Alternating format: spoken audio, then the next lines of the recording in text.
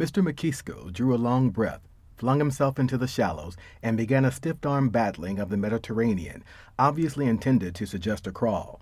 His breath exhausted, he arose and looked around with an expression of surprise that he was still in sight of shore. I haven't learned to breathe yet. I never quite understood how they breathed. He looked at Rosemary inquiringly. I think you breathe out underwater, she explained. And every fourth beat, you roll your head over for air. The breathing's the hardest part for me. Shall we go to the raft? The man with the leonine head lay stretched out upon the raft, which tipped back and forth with the motion of the water. As Mrs. McKisko reached for it, a sudden tilt struck her arm up roughly, whereupon the man started up and pulled her on board. I was afraid it hit you. His voice was slow and shy.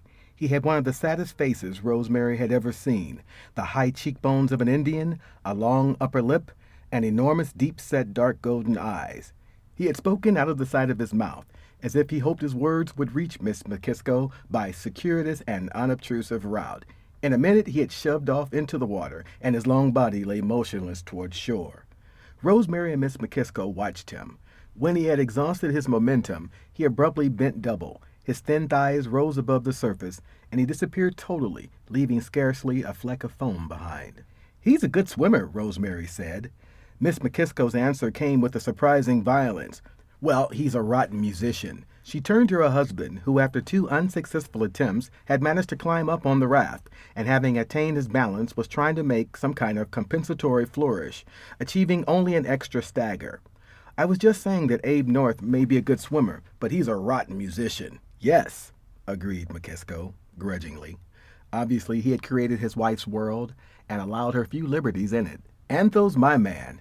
Miss McKisko turned challengingly to Rosemary. Anthel and Joyce. I don't suppose you ever hear much about those sort of people in Hollywood, but my husband, he wrote the first criticism of Ulysses that ever appeared in America.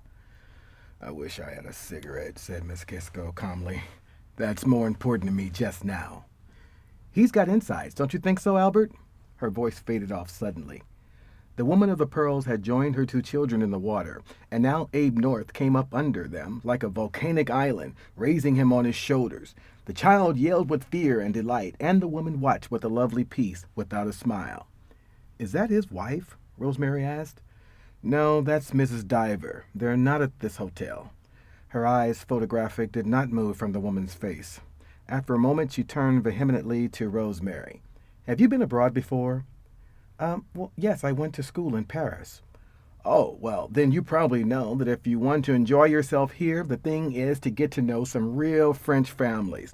Now, what do these people get out of it? She pointed her left shoulder toward shore. They just stick around with each other in little cliques. Of course, we had letters of introduction and met all the best French artists and the writers in Paris. That made it very nice. I should think so. My husband is finishing his first novel, you see, Rosemary said. Oh, is he?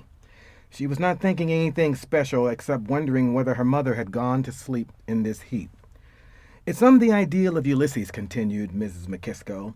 Only instead of taking 24 hours, my husband takes 100 years. He takes a decayed old French aristocrat and puts him in contrast with the mechanical age. Oh, for God's sake, Violet, don't go telling everybody the idea, protested McKisko. I don't want it to get all around before the book's published. Rosemary swam back to shore, where she threw her peignoir over her already sore shoulder and lay down again in the sun. The man with the jockey cap was now going from umbrella to umbrella, carrying a bottle and little glasses in his hands. Presently he and friends grew livelier and closer together, and now they were all under a single assemblage of umbrellas. She gathered that someone was leaving, and that this was a last drink on the beach. Even the children knew that excitement was generating under that umbrella and turned toward it, and it seemed to Rosemary that it all came from the man in the jockey cap.